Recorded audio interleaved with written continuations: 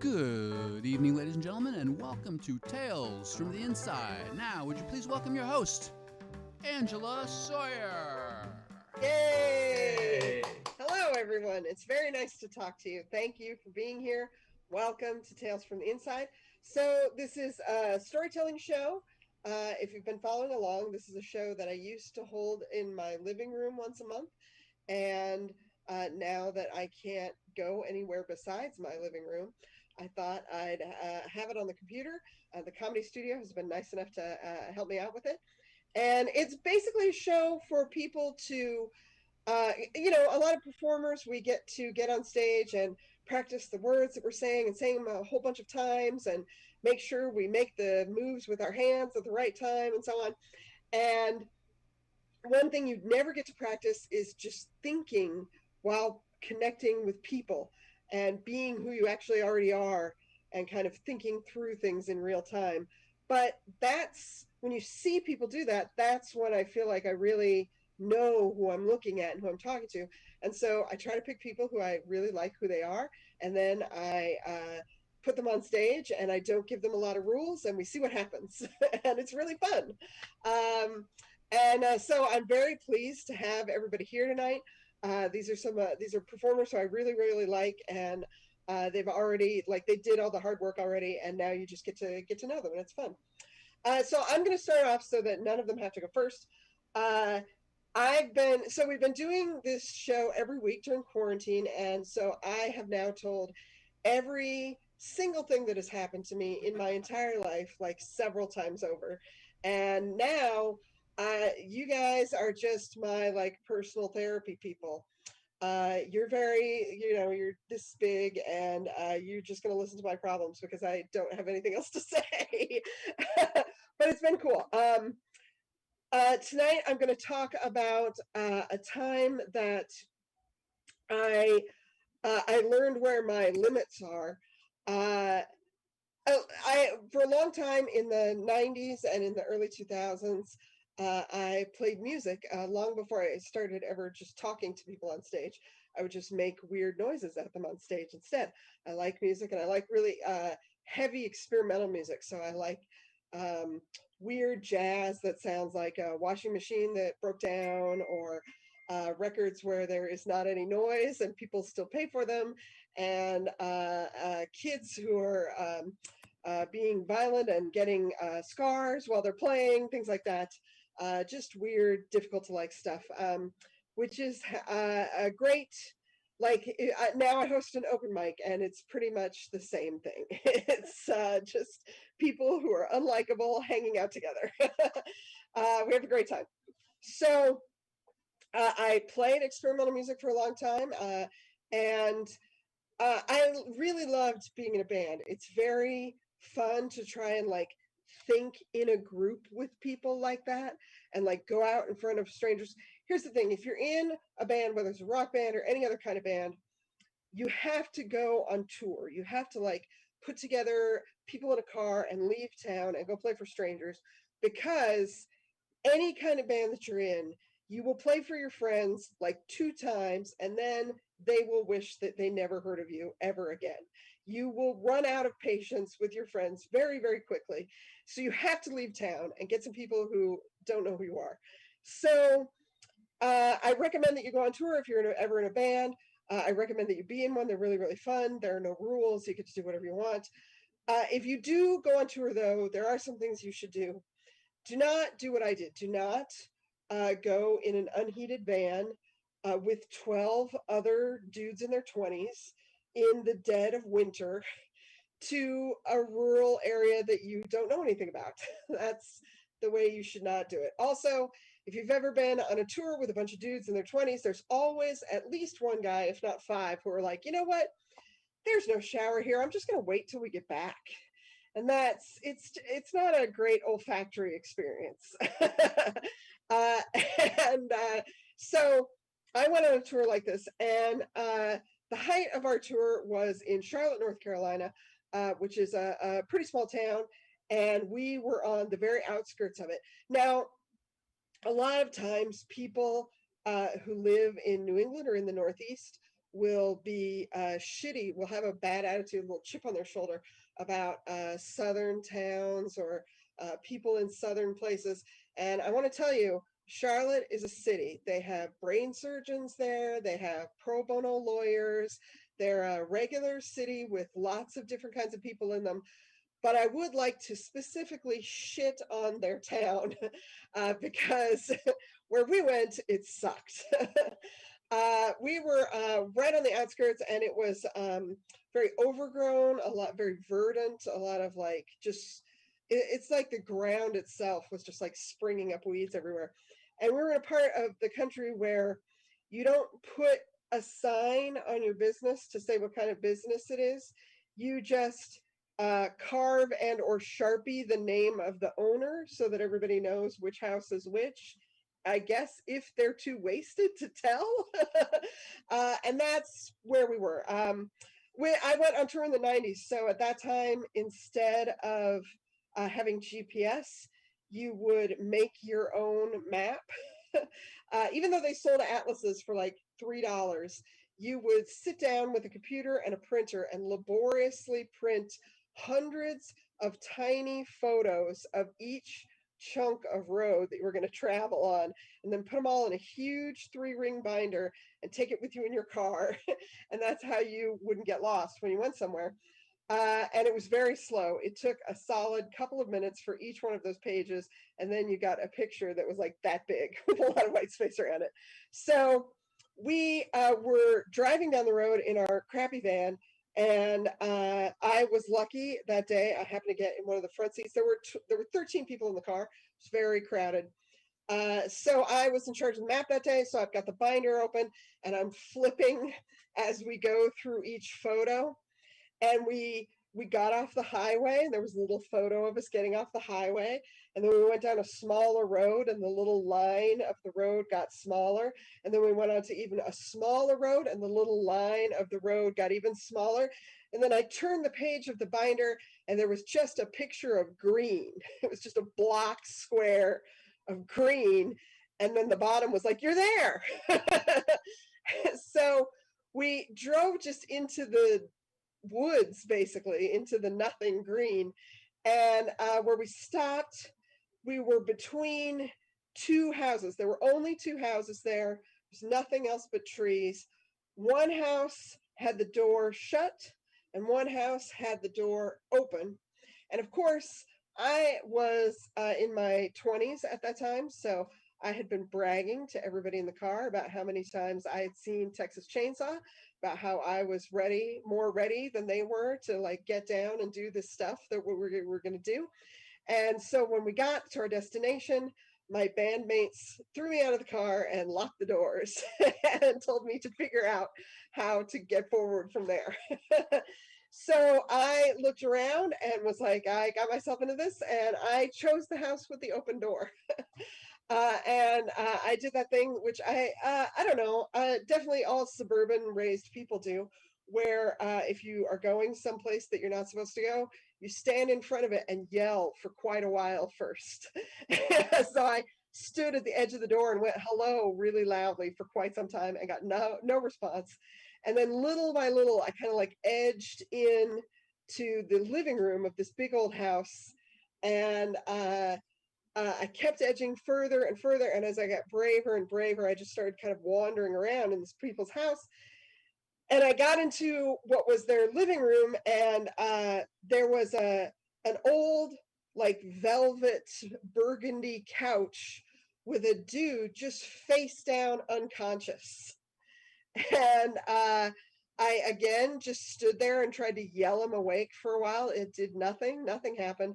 Eventually, I got impatient enough that I poked him, and still nothing. And finally, after like a solid many minutes of screaming inside his house, I just lost my patience and like rolled him off the couch onto the floor. And he sat up, to my surprise. And I was very pleased that he did. He sat up and he was not wounded. And he was, however, very, very drunk. This guy was super wasted, just like that drunk you can smell. You can almost see the drunk coming off of him.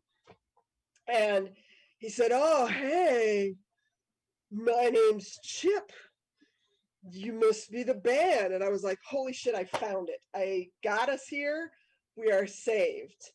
So Chip and I had a very a difficult conversation, which none of us understood what was happening.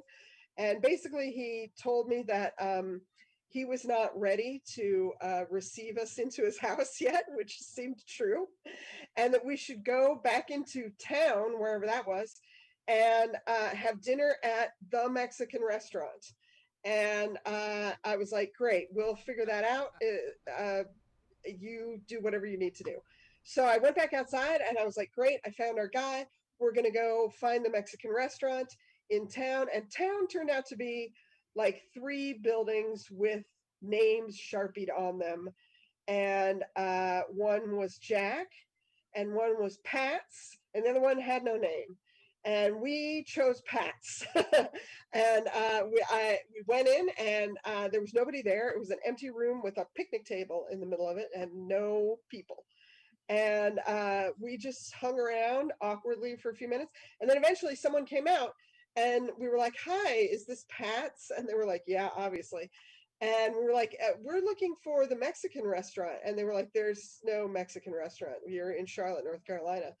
And we were like, okay, is this a restaurant? And they were like, eh.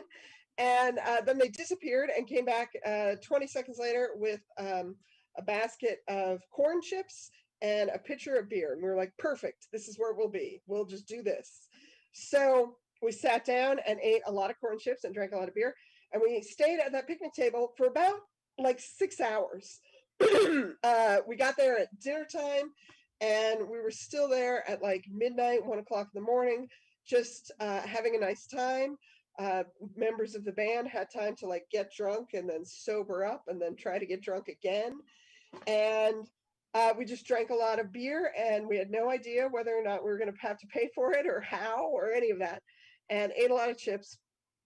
And eventually I started to wonder aloud to our bandmates, like, hey, should we be worried about the fact that the show would probably be over by now, most places? And they were like, yeah, whatever, we'll just be here. So along about 1:30 in the morning, another person besides the giver of chips finally comes in, and it's Chip. It's the guy from the house, and he is still very, very drunk. And he is like, oh, great, you guys found it. And he sits down and immediately gets his own pitcher for himself and just drinks it out of the pitcher. And everybody's kind of fucked up, so we just have a nice conversation. We're having a great time. And let's say like 1:45, 2 o'clock in the morning, I'm like, hey, is there a show? The reason we drove here, like, is there a thing, an event? Are we gonna do anything besides sit at this picnic table? And everybody in the band was like, oh, Angela, you're such a cop. You just like always are on everybody. What's your problem? Jesus. And I was like, okay, whatever. We have some more chips. We have some more beer. Another half an hour goes by. And I'm like, guys, it's so late.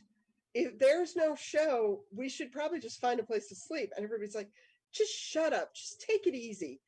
And then another half hour goes by. And finally, one of the dudes in the band is like, oh yeah, are we going to go to the show? And everybody's like, yeah, why didn't you guys say anything? And so finally, we're ready to go to our event, and it's like 2:30 in the morning, so I can't imagine what we're going to go to, but there's no room to sit in the van. There's no place left. So we balance Chip. He's holding a mostly full pitcher in one hand, and he's got 1 foot. He's balanced between the driver's seat and the passenger seat in the front. He's got 1 foot like shoved down in between an amplifier near the passenger side, and 1 foot shoved down by where the gas pedal is. And he's just like waving with his beer, and he's going to tell us where to drive. And so we drive off, and very quickly we're driving down just like 2 dirt ruts in the grass.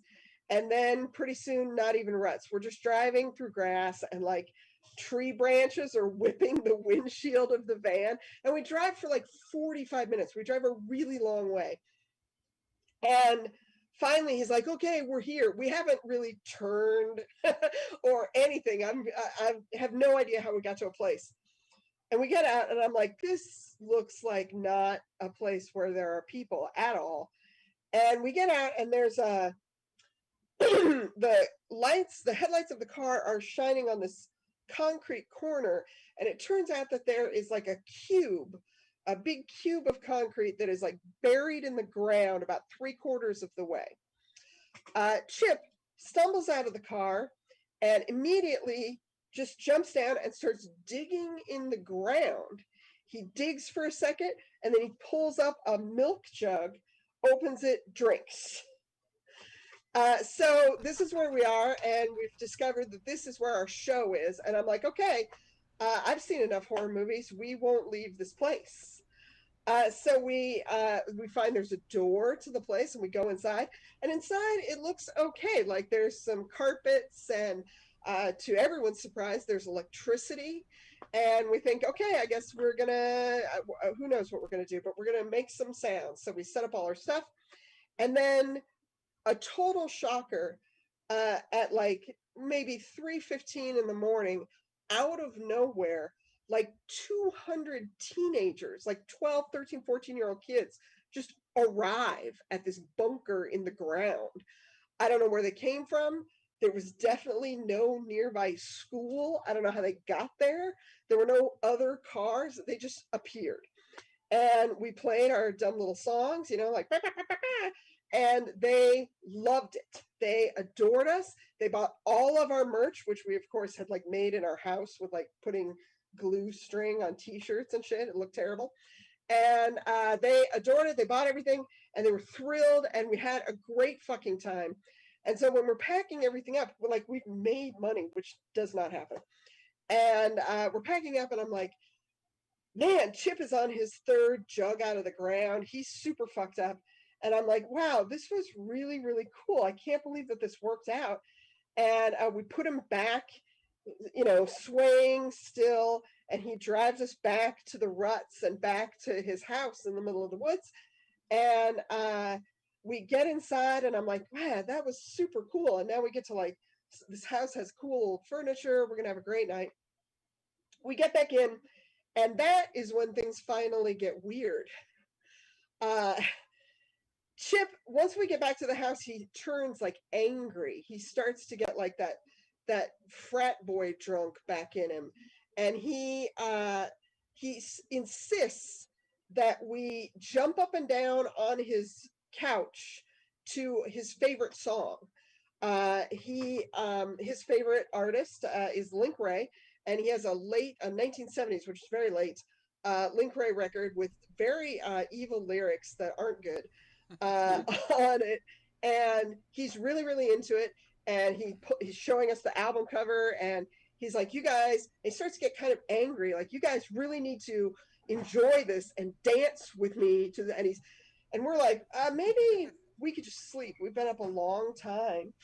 And as it keeps going, he's starting to get angrier and angrier, and people from the band are like, they're starting to think, oh, maybe this is where we'll die instead. Maybe it's now. And just as everybody is like, okay, they're like half on the couch, like, cool, trying to humor him. The front door bursts open, and some guy walks in. He's holding a 6-pack of beer, and he says, hey, you guys, Steve's house burned down. You guys want to watch? And everyone, we want to watch. So everyone very quickly files out and follows that guy to wherever he goes. We all leave Chip to whatever his devices are. And as we go by the van, and I decide I'm going to lock myself in there by myself and go to sleep. So I wake up at like 10 o'clock in the morning, 11 o'clock in the morning, and I know that we're already late for the next place that we have to drive to. So I go outside, and I find most of my bandmates asleep on a hill in front of a burned down house. They're very upset at me waking them up and call me a cop several times. That's what they like to do. And then we, like, we're getting ready to go. We have all our stuff. Nobody really took anything out of the van or anything. And before we leave, I'm like, hey, we're just about starting the van up. And I'm like, hey, we should say thank you to Chip. Like, this was a weird night, but he got all these people out here out of nowhere to nowhere. He got us money. Like, he did everything he said he was going to do. We should at least say thank you. And everybody's like, oh, God, Angela, why you? And I'm like, just give me like a minute. And they're like, we're counting if you don't get back by the time I get the van started. I'm like, okay. I run into the house and Chip is back, unconscious, flat on his face on the couch. And this time I know, so I just immediately throw him on the floor. And it still takes a couple, like, I have to kick him a couple times to get him away. Finally, he sits up and he's like, oh, hey, I really got to sleep. And I'm like, you got to sleep. And he's like, yeah, I mean, I'm like, whatever, thank you very much. This was really an adventure and you did us a huge favor. Thank you so much. And he's like, oh yeah, whatever. I got another band coming tonight. And then he's out. And that is the story of why you should and shouldn't go on tour. And that's the story for me. My name's Angela. Yeah. Nice story. So I'm very excited to bring up your first performer. She is fantastic. She's just, I think she just moved. Did you move into the city? Yes, I've stayed. Yeah.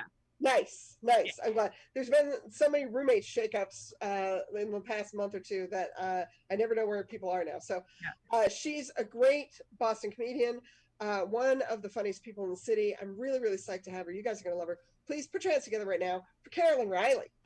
Thank you. Oh my gosh, so excited. Yeah, I'm in New York now. I moved to New York in like a year ago, and I think I've only been here like 6 months of regular life. So they say your first year in New York in comedy, you never have to do again. But in my case, I kind of feel like I'm the exception. We might have to start over, but we shall see. Angela, I don't know how you're still alive, but I'm so grateful that you were. That whole story, I was like, what a gift that she has made it this far. I thought there were so many times where I was like, this is when the Law and Order SVU episode is going to start. So glad that you survived.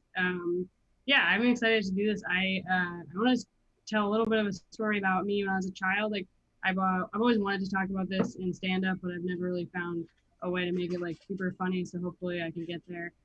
But when I was about 9 years old, I randomly just one day I had a play date after school with my best friend Megan, and I had my first anxiety attack, and I had no idea why. And we have no idea why this happened. Like I never figured out like if there was a specific trigger for it, but like this one day kind of triggered my first anxiety attack where I couldn't go to this play date after school. And then from then on for about 3 years, I had at least 1 to 4 panic attacks every single day when I was trying to go to school, because I had separation anxiety from my mother. And like, if you meet my mom, she's pretty dope. So I do think that some people are like, you know, I kind of get it. Like she's pretty chill. But we just had no idea why. It's like suddenly such an issue. I'd have to go, like I'd get dropped off at school. I'd have to get like walked in by my mom, sent to a guidance counselor. I had like these checkpoints with a guidance counselor. And it was pretty rough because like I was also a really social student and I was always really social and really involved. So a lot of people would say to my mom, like, oh, I think you should just homeschool her. You should probably pull her out because she's like crying several times a day, just having these like crazy anxiety attacks. But, you know, my mom's thought on it was like, first off, you know, at some point in her life, she's going to have to not be at home all day. You know, you can't just cry that you miss your mom and then have people like be like, I guess you'll just stay home with your mom all day. Because like eventually I'm going to have to go to a job. But I was thinking when I was thinking through this that now I'm working from home and could work anywhere. So I guess I didn't really have to like get over my mom. Like I could just go work with her now. But she was thinking that, and she also was like, you know, didn't want to have to learn math again. So I think she decided that it would be better for me to stay in the public school system. But yeah, it was super crazy. But eventually I ended up finding like different mechanisms for kind of coping with it. One of them was that I'd meet with a guidance counselor and she was saying to me, she's like, what is it that you want? Like, you miss your mom, but you don't want to leave school. What is it that you want? And I was like, I just wish that my mom could be like on a rope that I'd pull on like a wheelie chair all day, and she'd just be with me, and I'd take her to all my stuff. And the guidance counselor, to her credit, was just like, that sounds like a really like boring life for your mom.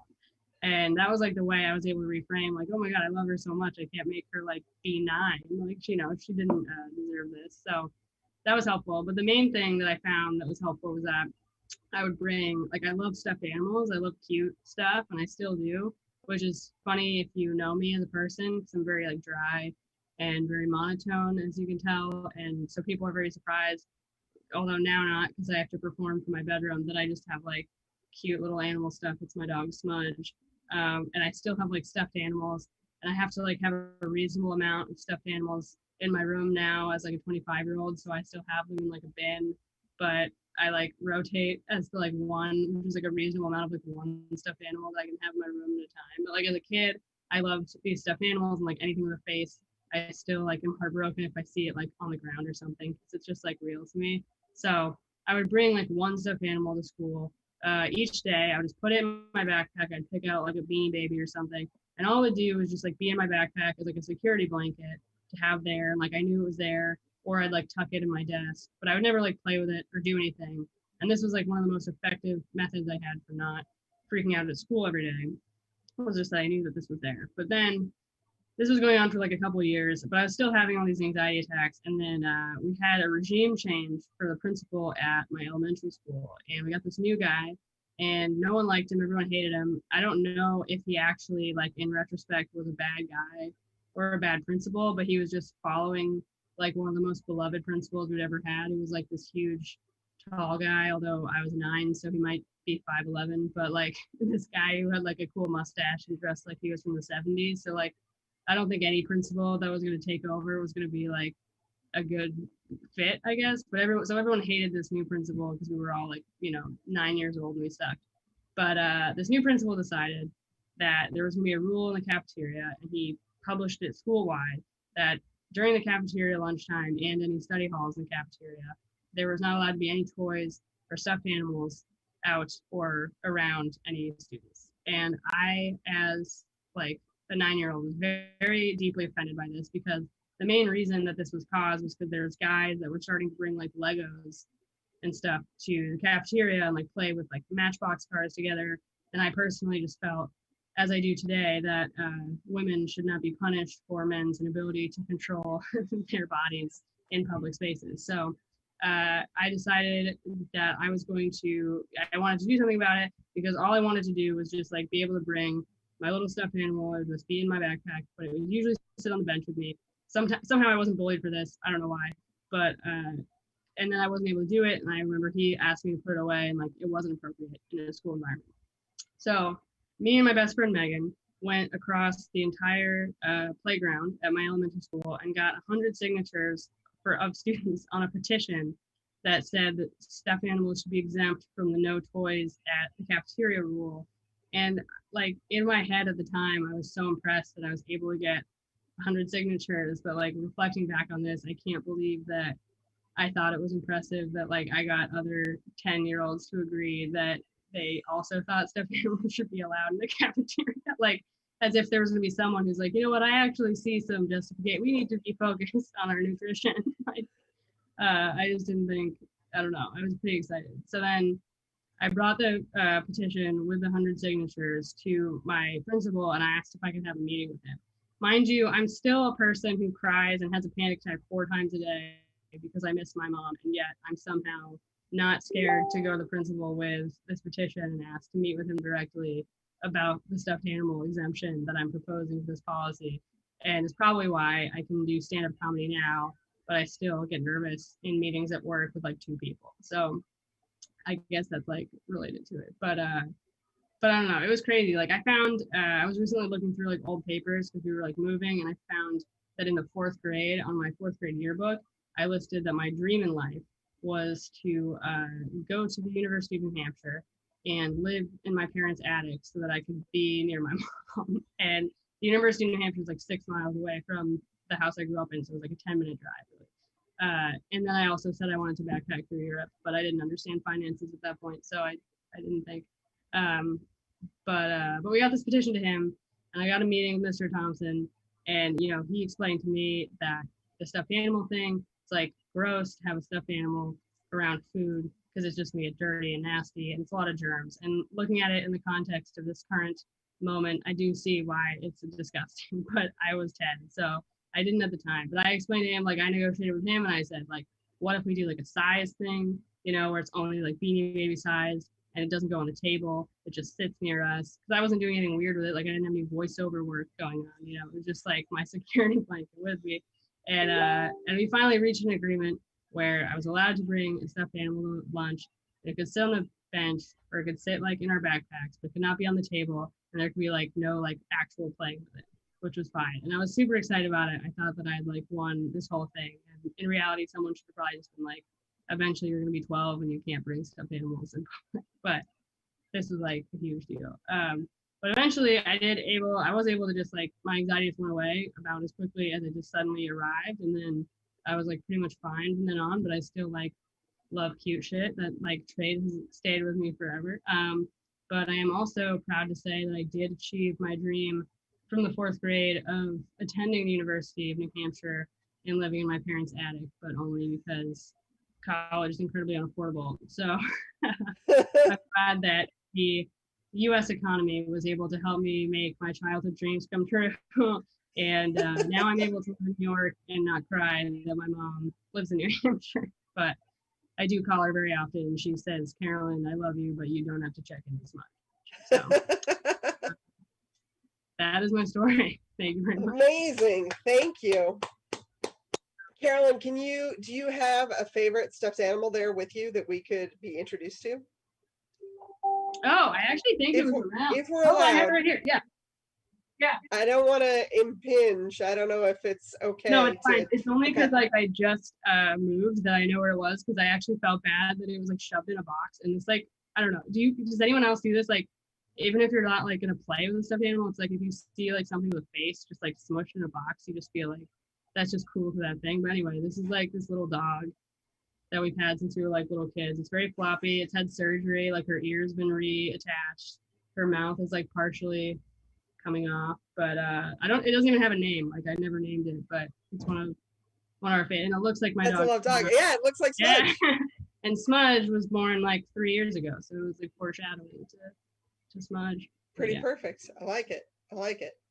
I like the way kids are, like, what you think is super adult that you're proud of yourself for when you're a kid is always really wild. I was given a school assignment when I was in elementary school to write a fiction story. And I was very convinced that my story that I wrote was going to bring Daryl Hall and the vice president to my house on like a white horse to pick me up and take me away to the castle that they lived in waiting for me. And the story that I wrote was about a bicycle. And it was a bicycle that was left in the store that nobody bought and took home. And I was like, oh, this is the smartest thing, the story from the point of view of the bicycle. This is going to change everything.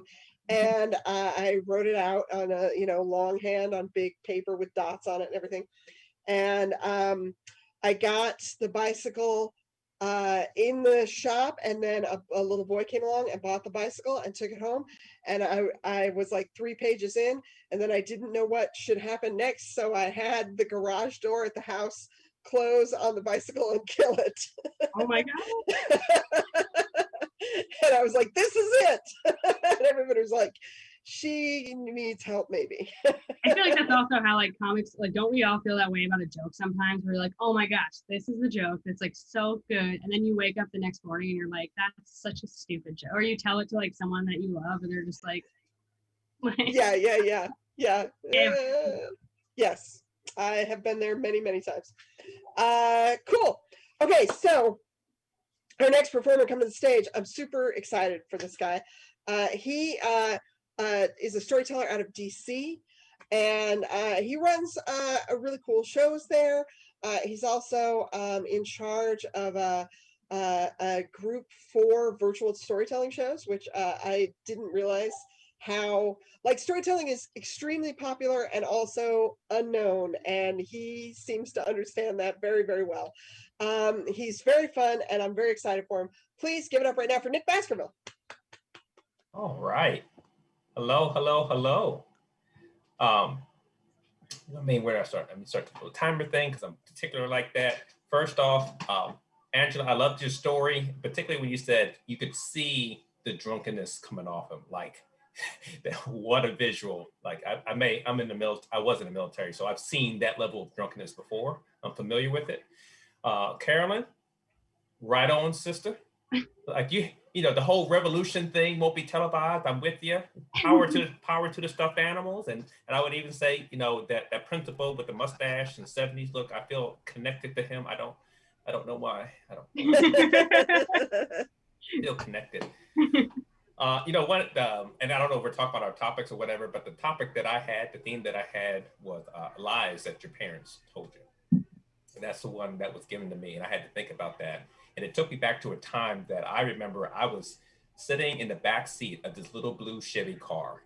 And to the left side of me is a mound of toys. This must have been about the late 70s, maybe 79, maybe 80. I'm about 6 years old. This is the best day of my life. And so one of the things that makes it so great, it is December 14th, which may not mean anything to you, but that is my birthday. And so to have a mound of toys right next to me on my birthday and know that we're not done getting there, oh, I am so excited. We're riding in that little blue car. The car's name is Blue Jay, because you have to name your car. That's what I learned. That's what I learned from my grandmom. And that my grandmom is who's driving me around. Now, a bit about my grandmom. My grandmom has a sturdy build and a personality that matches it. And she loves her grandbabies. And I'm not just any grandbaby. Let me tell you, I am the first grandbaby. And at the time of this story, I am the only grandbaby. And I make sure to tell all the other grandbabies who come along, like, look, you cool. She likes you, but I'm the first. She likes me more. And she has a knack for telling stories and just all of this stuff, amazing stuff. So we're zipping back and forth through the city in Philadelphia, because that's where we're living. And it's going from house to house, getting presents. We're visiting family and friends, and they got presents for me. It is like a mashup of trick or treat and my birthday put together. Just no, not with a candy corn. There's none of that going on. All it is great toys. And I find it interesting that the toys they get me are toys that I want. It's like they were reading my mind. How did they know that I wanted G.I. Joe with a Kung Fu grip? I don't know. But then I think I'm with grandma, and most grandmoms are magical. So they have a way of making things work. So this is there. There's another thing that I noticed too.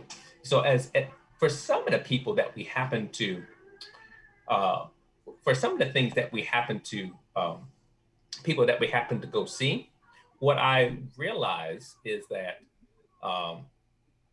they smile and they shake their head. And it's just the weirdest way to say happy birthday. And it's just,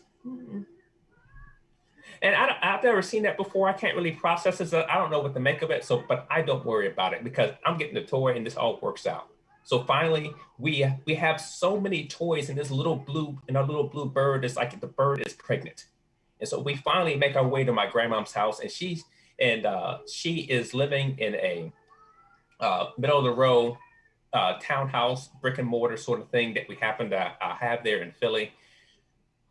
We go up the steps, and then I go up some more steps to actually get to my room because I'm the only grandkid. So of course I have my own room at grandma's house. And so I'm there and I'm looking at the stuff, and it is magnificent. I can't believe all these toys, and they're just perfect and just right. So finally my mom comes home, and my mom is a single mother, which is why I get so much time with grandma. And I can already sense there's a bit of tension. Now, let's be clear. My mom loves my grandma, and my grandma loves my mom. They love each other. They don't agree on anything, but they love each other. Like one time, my grandma took me to go get a haircut, my very first haircut, without asking my mom. And so when my mom got home and said, "Where is his hair?" my grandma gave her a bag of hair from the barbershop. they don't quite agree on things. And so that's how, so I can hear there's some tension, and I don't make out all the stuff because I know to stay out of it. So I'm up top and I'm listening. And I hear my mom saying, why'd you give them all the toys? Now, as I piece together other parts of the conversation, my mom, to tell you something about my mom, she's in the military at the time, and she is a phenomenal mom. She plans, she thinks ahead, and she scrimps and she saves, and she listens to me. So much so that for months, she had been listening to me talk about the things that I wanted and had been buying them. But she didn't want me to find them at home. So she hid them at my grandmom's house. And so that's where they had been. But I'm grandmom's favorite. I'm the grandbaby. So when the grandbaby says just off on a whim, Grandma, I really wish I didn't have to wait till Christmas to get my toys. Well, that's all that grandmom need to hear, because grandmom, I don't know if you notice about people who are type A, when they get older, they're still type A. Like, it doesn't change. And so that set grandmom in motion that she was going to set things right. So she called all those friends, dropped them off toys, and said we were going to make rounds. It was just going to happen to be on the birthday. That's what happened. One of the people spoke. And so that's how all that transpired. Now, I'm not here to take sides. Okay, I'm not going to say take sides. I love both those women, but I will tell you this. The thing that I come to understand is my mama lied.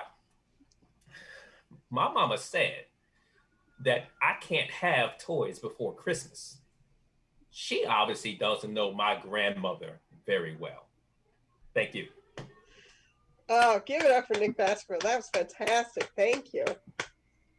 Yeah, I think when you're a kid, I don't know. I'm sure every kid, like, the whole toys thing is so big. Like, the waiting for Christmas is so big, and it's easy for it to get screwed up.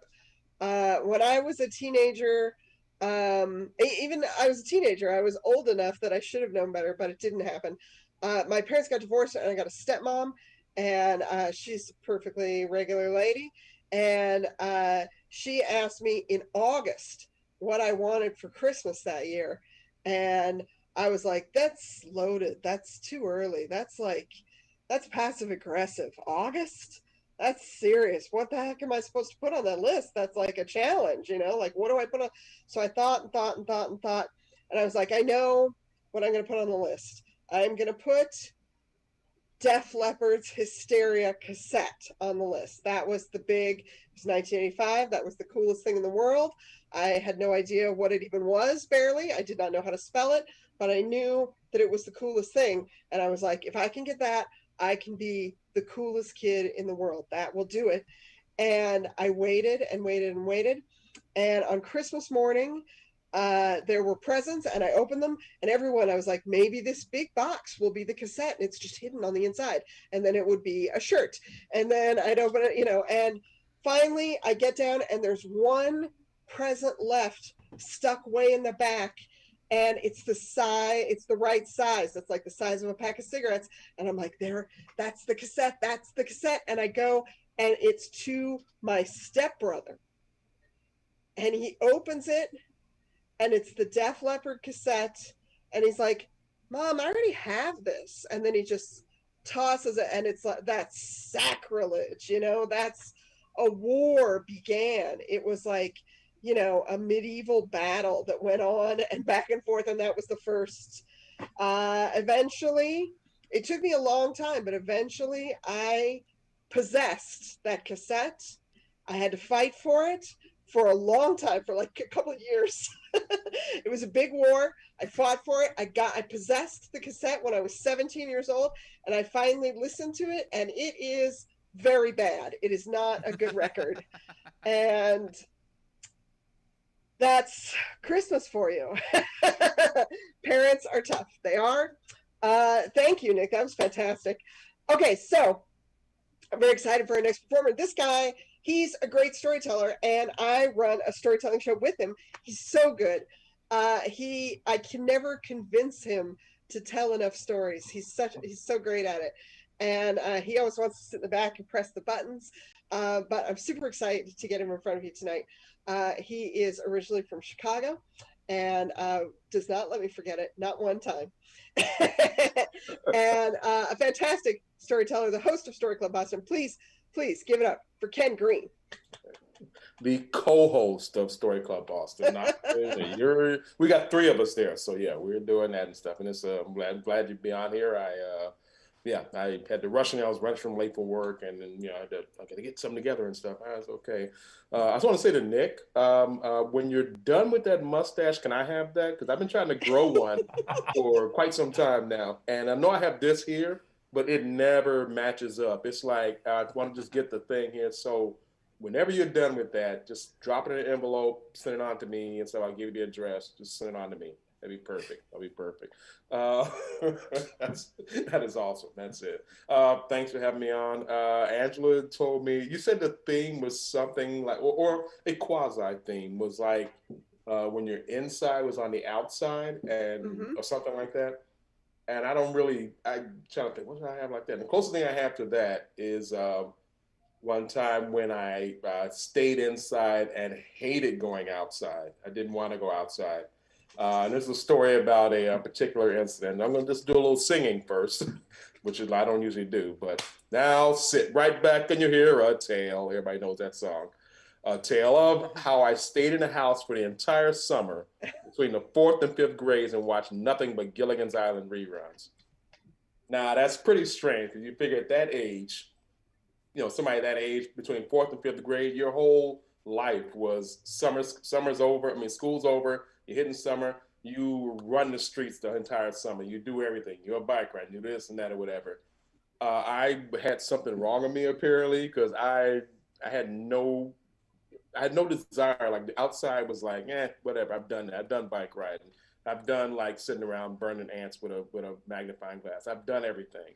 It's done. I don't want to do it anymore. So I decided to spend the summer. I said, you know what? I left school. I went straight home. And I said, you know what? I like it in here. I think I'm going to just stay here all summer. Now, I didn't stay there the entire summer. I mean, occasionally I would go outside, like pop in the backyard and just make sure everything was still there. Like, hey, there's still grass here. We still got birds. Oh, there's a plane. There's a car. Okay, now go back in the house. And that was good enough for me. I didn't need an extended period of time outside. I had no desire. I was fine by myself, which it pretty much exists to this day.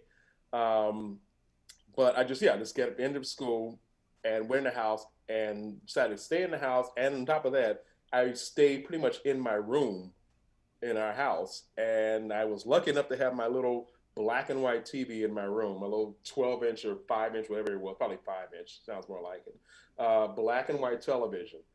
And I had a regular routine of shows I watched. And every day at 3:30 was time for Gilligan's Island. And I watched every single episode they ever made. I can tell you the characters. I can tell you a little bit of their backstory. I can tell you all that episode. That's the episode about or whatever. Although, which is kind of dumb because all the episodes were pretty much the same. They were going to get off the island and Gilligan fucks it up somehow. So it's not a lot to remember. Now, I don't know why I became a hermit that summer. Like I wasn't like running from the law or anything or trying to hide from like some bully that was going to kick my ass. I just wasn't interested in going outside. So I would just wake up in the morning and flip on the television and stay in my room and just watch the show. And to keep me going, part of my routine was like I'd get up in the morning, not sneak out because they didn't care. I would go out to the kitchen, get like a bowl of cereal or something, go back to my room, turn on television, watch like in Chicago, they'd have like these guys would show cartoons early in the morning or whatever. And they would do that. So I'd watch that for a while. Do that, take the stuff back out into the kitchen, go back into my room, time for game shows. I know game shows on like, Let's Make a Deal or whatever. And even though I could never afford anything on there, I'm never going to win anything on there. I watch all these game shows. I would watch, that's why my love of Jeopardy came from then, even though I couldn't answer a single damn question when I was a kid. I just marveled at the answers. Then I would pop out for lunch. And then lunch was like, whatever he had there, sneak out, get a peanut butter and jelly sandwich or whatever, back to the room, watch more television. Now, the afternoons are the roughest part because all they show was either news, the afternoon news, and soap operas. And that was a tough like break right in there because I was like, I wasn't a Guiding Light fan. I would occasionally watch it. I'm like, I don't know what they're crying about. Why is this woman crying? Why is this woman hitting this man here? Why these two guys giving each other a look? What's that music all about? Does it mean something? And that was the toughest break in the middle. And then I would leave out and I'd wait for that breakdown. And finally, it would end, and they would switch to like on the local channel. They switched to like dumb sitcoms to fill time between the evening news. And of course, there was Gilligan's Island, and I became an intimate fan of Gilligan's Island. I would watch every episode. I was a fan of Gilligan, even though it was my favorite character was the professor because I thought of myself as a smart person. I'm like, that's the guy I would be on the island. And to answer your question, Marianne.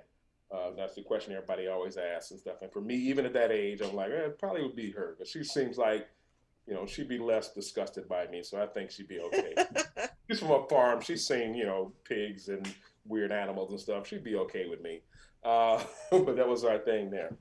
Now, the weird thing is that, like, I was from a family of, like, 5 kids, 2 parents, 5 kids. So it was a big bustling house.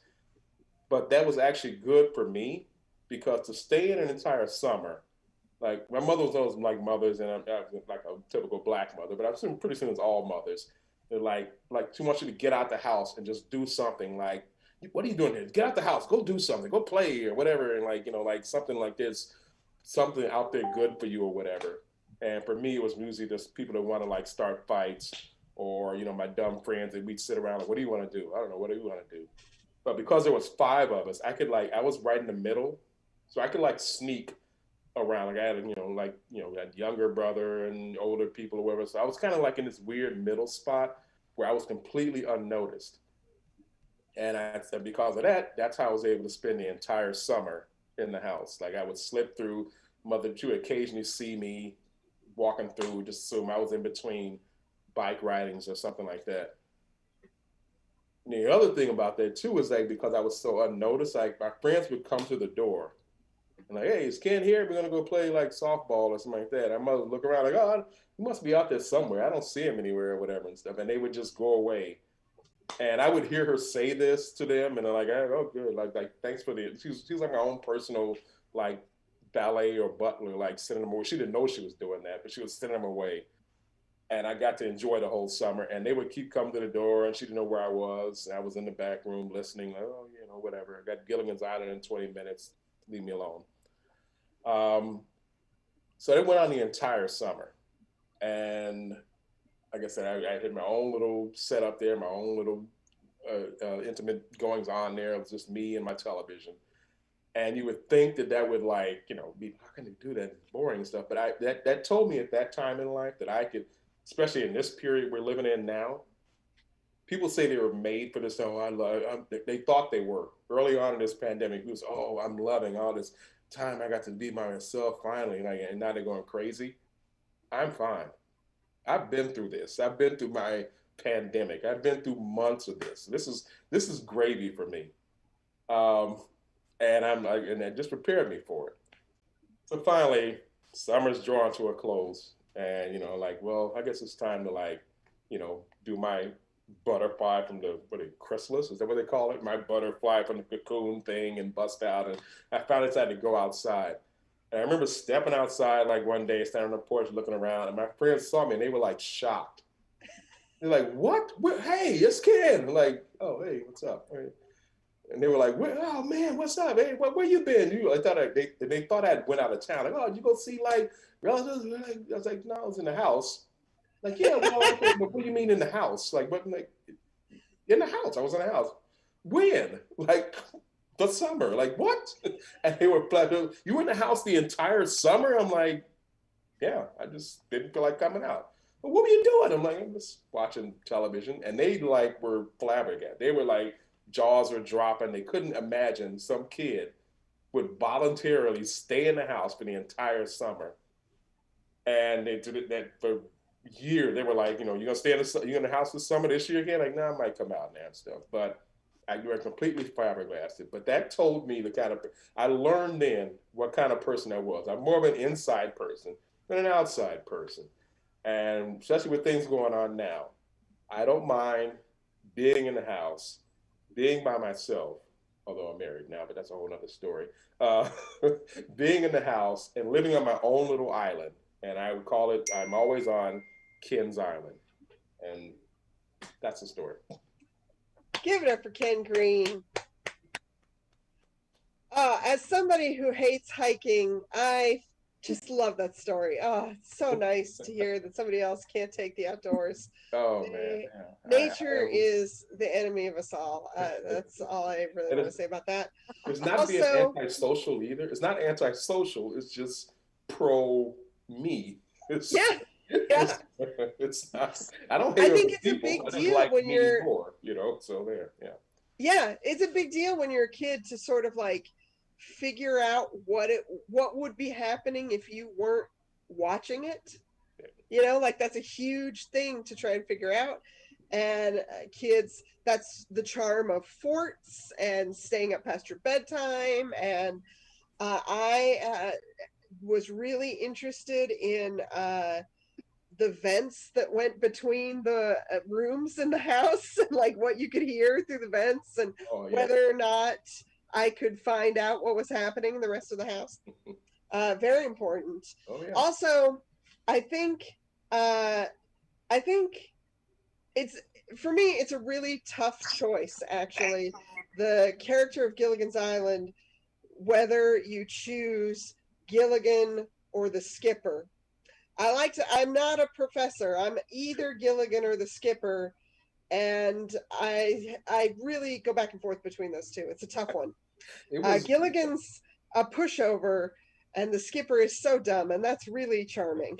It was that was the first, even at that brief moment, I learned what they meant by a metaphor for life. Cause I could see like, oh, that's my friend so-and-so, that's so-and-so, that's me. I related to all those people, and that's why I didn't feel like I was alone. I was like, yeah, I mean, I'm good. And I learned a lot from there. It was a good time. It was, I wish I could do it now, actually. I swear to God. Now's the time if there is one. You're pretty close. This might be your best chance. Indeed. Well, I'm going to work on it. Yeah. I was a big, I don't know. I was a big Scooby-Doo fan when I was a kid, and I was really like, when I was 7 or 8 years old, I thought Scooby-Doo taught me how to live, even though I didn't know how to say that out loud. And it was a real shock when I got to be a teenager and I hadn't seen Scooby-Doo for many years, and then turned it on and realized that it was boring. All of a sudden, I was so crushed. I had no idea. And I didn't know, when I was 15 or 16, I didn't know what a character study was or how any of that worked or what archetypes were. So I was just like, how did Scooby-Doo go away? What's wrong with me? I thought I screwed myself up and couldn't connect to it anymore. So it's important to know which, whether you're Velma, whether you would choose Gilligan or the skipper, that kind of thing. It's very important. Okay, I'm trying to work on a premise. I do have a premise that somehow I can tie Gilligan's Island to Shakespeare's The Tempest. I'm going to work on. Oh, that's pretty good. There's some tie-in there and stuff, yeah. But I'm getting so I like that. Characters and every story. Yep. There's a lot there. There's a lot to Gilligan's Island. The whole like get off the island, you never win thing is big. There's several episodes where they get all the way off and then they get sent back. Gilligan's Island is lost with a weak sense of humor. Yeah, it's if Sisyphus was a comedy, in a lot of ways. There's a lot of things going on there. Yeah. Okay, so I've got another performer for you. Might be our last one. We'll see if we have a drop in late, but I'm really so excited always to put this person in front of you. One of my favorite storytellers and favorite people in the universe. We were talking earlier about Carolyn was telling a story about her childhood dreams. And my adult dream is that I'm going to marry her and live in her house one day. She's so great. The very, very funny and amazing storyteller, Srilata Rajamani.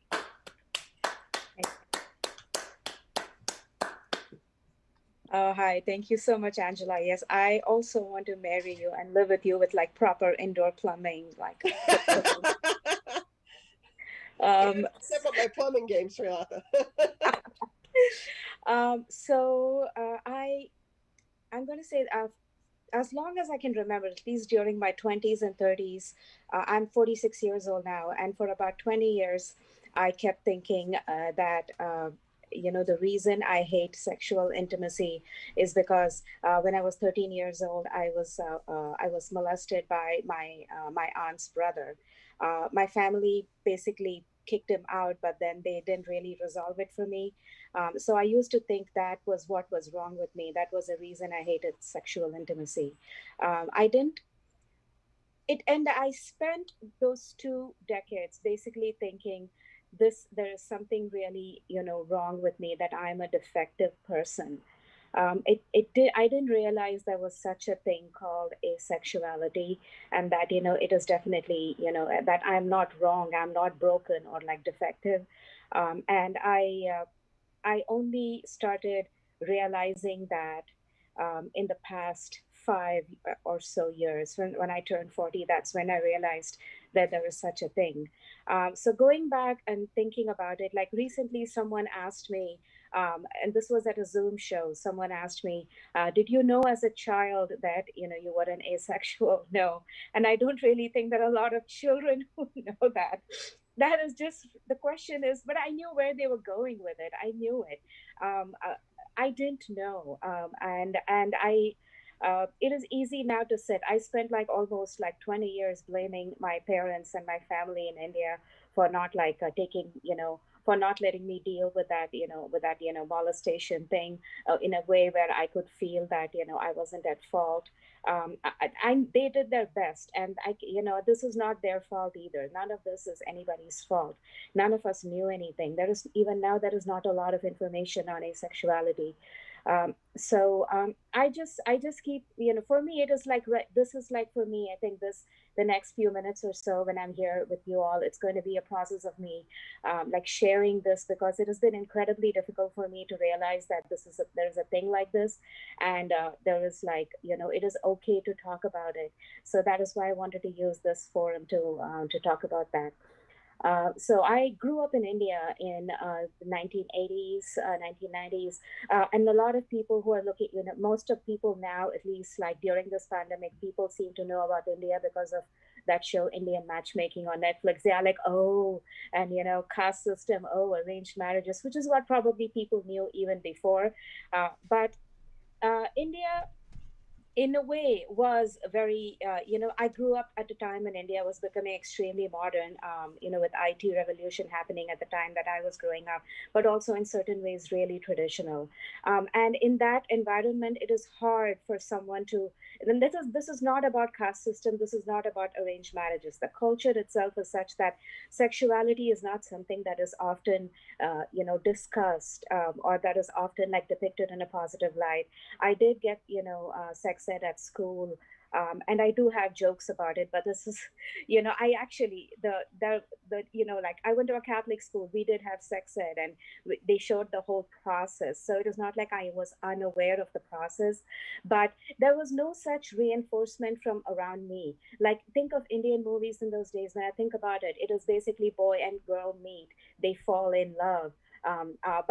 But before they meet, there is always an element of teasing, street harassment, and then when they fall in love, they just like literally dance around trees. Here in make room for Jesus is a thing. I think in my case it was make room for, like, literally the entire forest between the two people. Like, it was not depicted in popular culture. It was not depicted in our mythology. Like, I would basically, our mythology is very diverse. Like, we have like transgender gods, we have like polyandry, we have like interspecies mating and stuff. Like, it is very diverse in that sense. But also it is not exactly, no one I mean, probably if I went to see some temple sculptures and older ones, maybe I can see, but that is not, I was at school. Like my parents didn't take me to temples to see like erotic art. Like that wasn't a thing. So it is not that the bodily, feelings were not considered important. So I didn't realize it was important. And as and then like when I was getting to be an adult, my parents were talking about marriage, and arranged marriage was something that was discussed.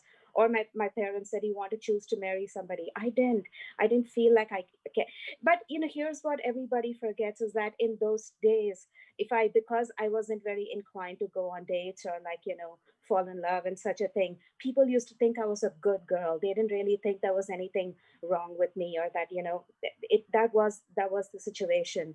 And then I kept during the marriage, young adulthood marriage situation, I felt like I couldn't go through with this, but I couldn't tell my parents, middle class parents, like this is not Indian matchmaking with like rich families, like meeting and discussing money. This is, middle class parents who are just so concerned, who spend their entire lives saving for their kids' wedding. That is what they do. And how do I tell them I don't have feelings like that? And at the same time, the process of going through that was so hard. I thought I just didn't want to. I didn't feel like I could live. I went through depression, and I tried to kill myself. I drank pesticide, and they after that I still here you say, oh, go to therapy, you need to take care of your mental health first. That is not how it happens. It is not because they didn't love me, but it is because they love me but they didn't know what to do about it.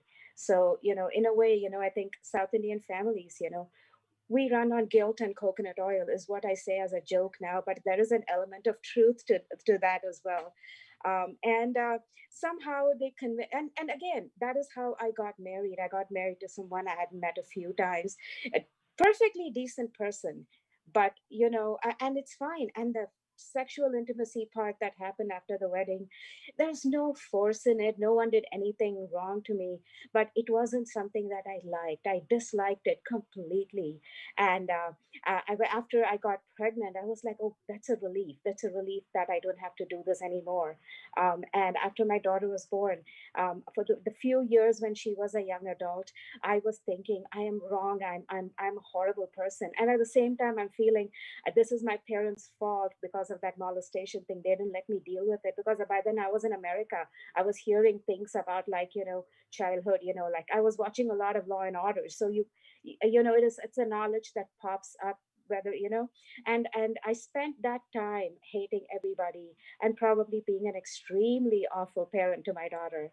um, when I think for me, after I moved to North Carolina with my daughter to just raise her by myself, like living apart from her dad, that is when I started feeling a sense of relief within me. I just I felt like something was dropping off my shoulders. I felt like I could breathe.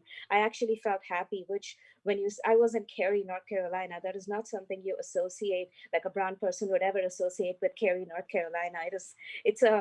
But I felt happy. And I think that was a time, that is when I started realizing, hey, maybe that is this thing, maybe I should not be living with somebody, and in a married relationship.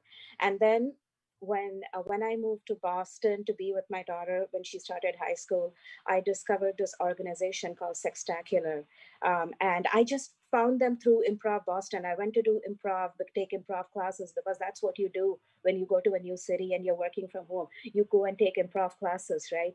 And that's what I did, and that's when I discovered them. And they did like a workshop, and I was just like, oh yeah, this is a nice way to make friends.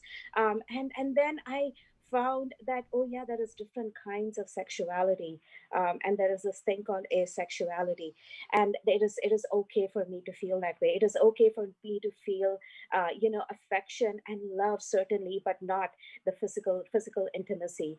And that it all the when you look about, like, I for me, physical intimacy was always an odd thing. Like they talk about electric spark, like the current, the spark, the, like, what am I, a toaster?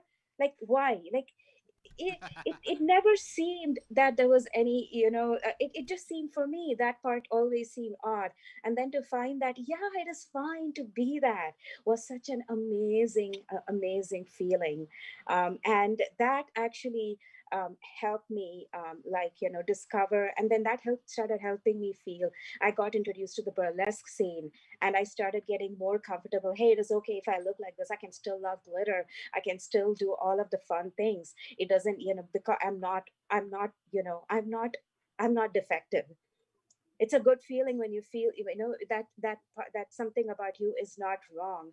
And that's uh, so I didn't know, to answer that person, I didn't know I was an asexual as a child, and I probably started knowing about that when I was 40 years old, and it is fine.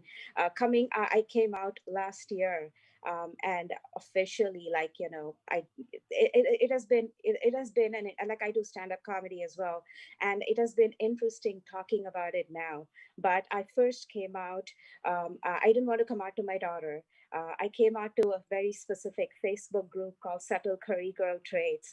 I'm a curry girl too, and you need your family, right? And a lot of them didn't. Asexuality is not something everybody knows, right? So when they knew, they said, "Oh yeah, this is cool, but what exactly is that?" And I told them, I told them what it is, and I also explained it, like, sort of like, imagine my lower parts, my lady parts are like the 38th parallel between North and South Korea. No man's land, dense vegetation, and anyone who approaches it will be shot. And I actually posted that, and then I realized, hell yeah, this is also a great comedy bit. So now I'm using that comedy bit everywhere. But it didn't, because I'm also into K-pop. For me, 38th parallel is like parallel thoughts in my head, So I was just able to, but I also then came out to my daughter, and because I owe her an apology. I was a horrible mother to her, I think, when she was a child, and I tried to tell her, hey, I came out as an asexual, and she said, basically, she did say she thought all parents were that. So for her, that was, she didn't get damaged too much. But it has. I'm happy. Like, it's great.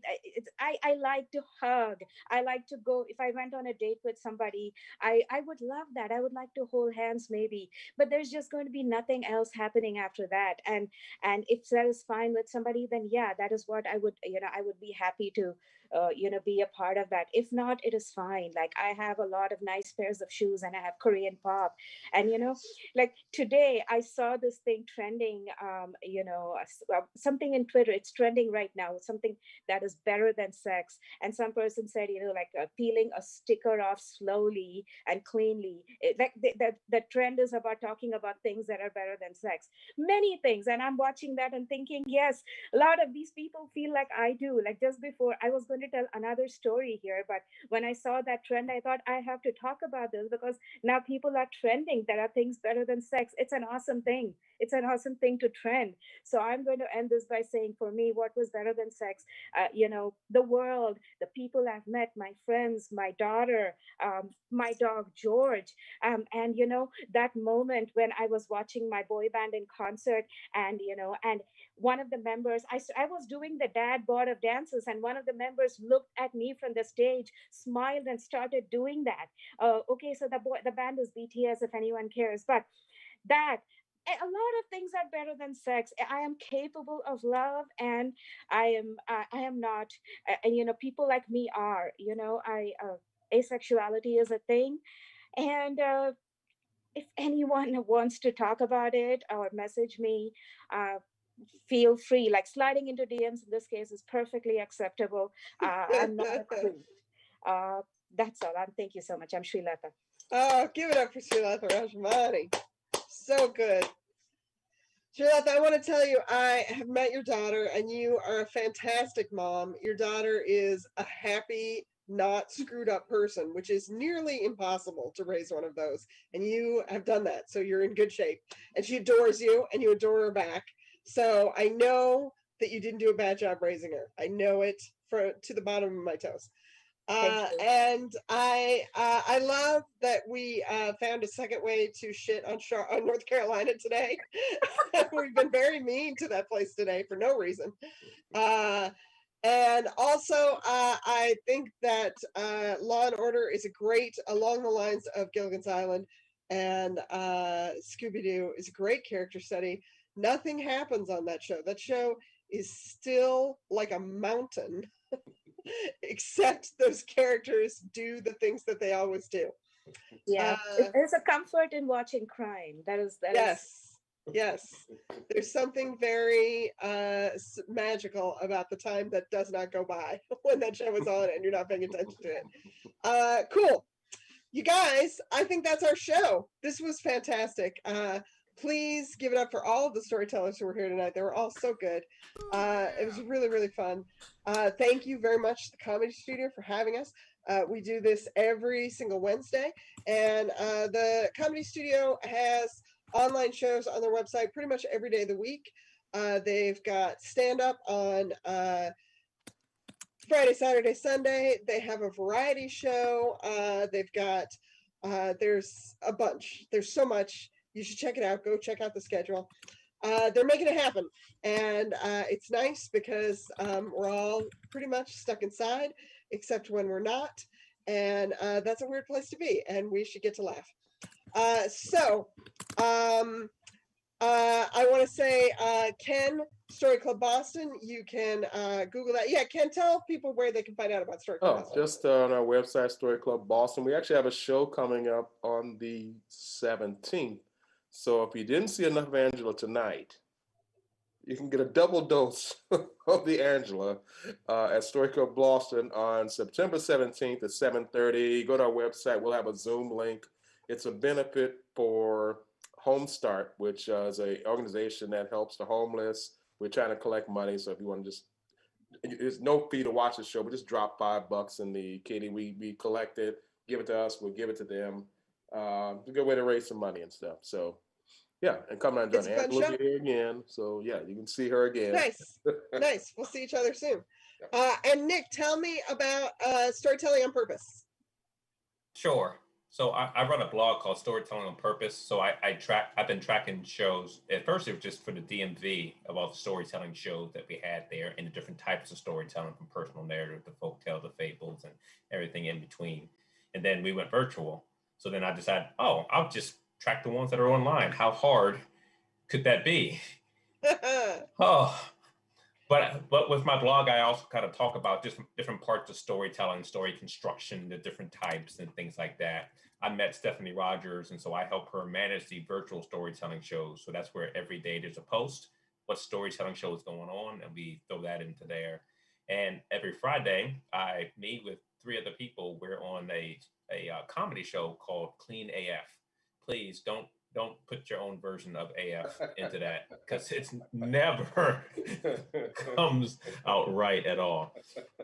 But it's a clean comedy show. It starts at 6 p.m. Eastern, and it's just the 4 of us just yucking it up. We just felt like people needed something to laugh at, and they also want to laugh without having to mute or not making sure their kids couldn't listen to it, or they could be at work or church or wherever they're at. So it's just 4 people, 4 comedians doing jokes for a half hour and getting people warmed up for the weekend. Nice. Thank you very much. And Carolyn, do you have shows coming up that you can tell us about? Oh, hang on. I can't hear you. Muted. There I am. There we go. I'm doing a show for the studio on Sunday night with a bunch of Nice. That'll be fun. So same place. Fantastic. Srilata, you're about to go to Tokyo. Yeah, my daughter is, she needs a surgery and I have to go to Tokyo. I'm leaving next week, but I have, I also have a show coming up. Yay, that's never thought I would say that. I do this Saturday in Brooklyn. It's an outdoor show, so I'm a little bit like I'm getting COVID tested on Sunday, so it doesn't matter. But even so, I'm just going to go and hold my breath, and hopefully this time, I will not forget to take off my mask, because I did a show once.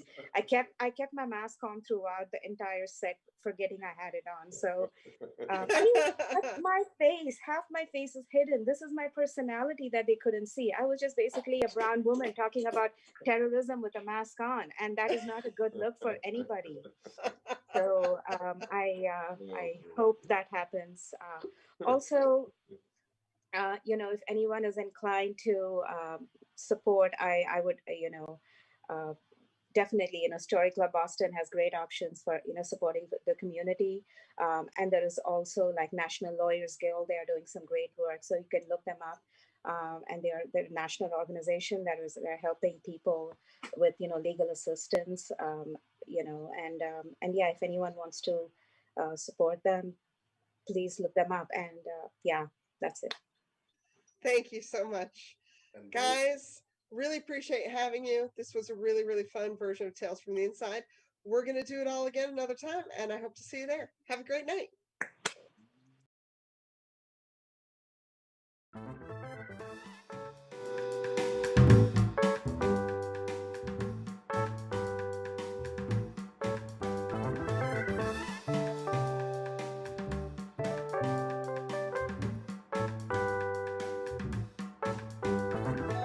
Ooh, pizza's here.